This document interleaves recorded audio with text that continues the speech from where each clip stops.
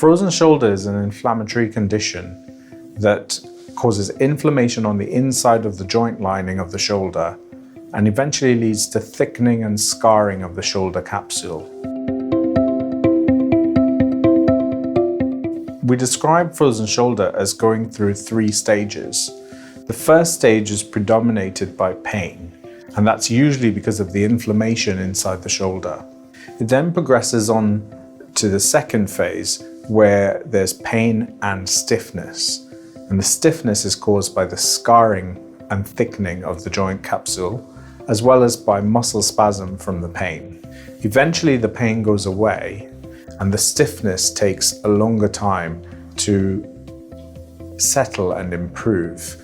And we have said to patients in the past that these phases can be completed and frozen shoulder would resolve within 2 years. But we now know in studies that up to 7 years, patients can notice a difference in their shoulder when they're affected by frozen shoulder.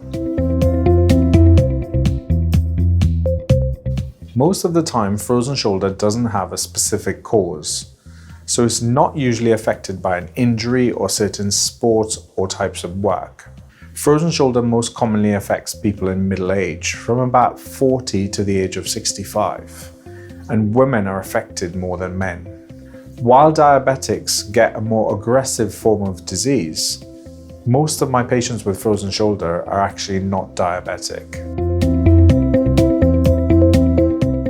While there are no specific exercises to prevent frozen shoulder, it's important when you do have a frozen shoulder to keep the shoulder moving.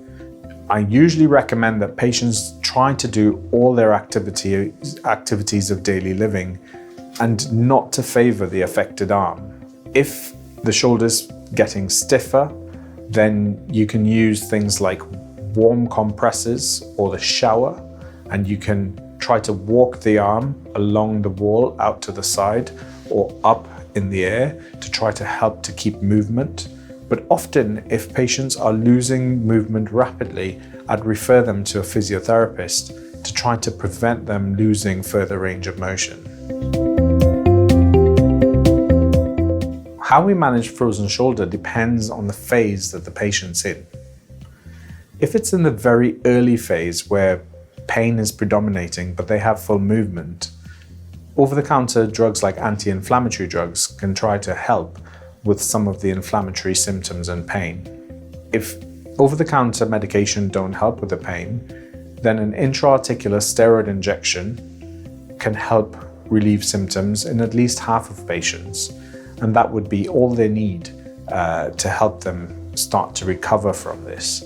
If the patients present late, where the main problem is stiffness, and that stiffness is preventing them from doing work or normal sporting or recreational activities, or if they haven't responded to a steroid injection and are still in pain, then keyhole surgery to release the scar tissue in the joint and take away as much of the inflammatory tissue as possible is sometimes necessary. And this is a common day case operation that we do, with the patient often awake under regional anesthesia, that offers good, reliable recovery for patients.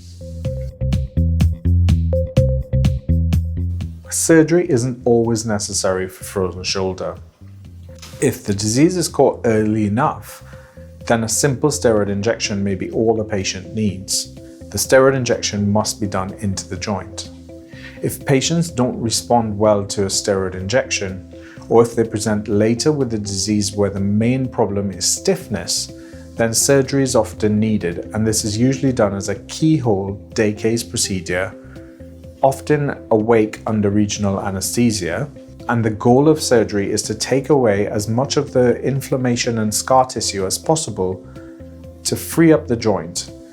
And this is followed by aggressive physiotherapy afterwards to maintain the movement that surgery has achieved.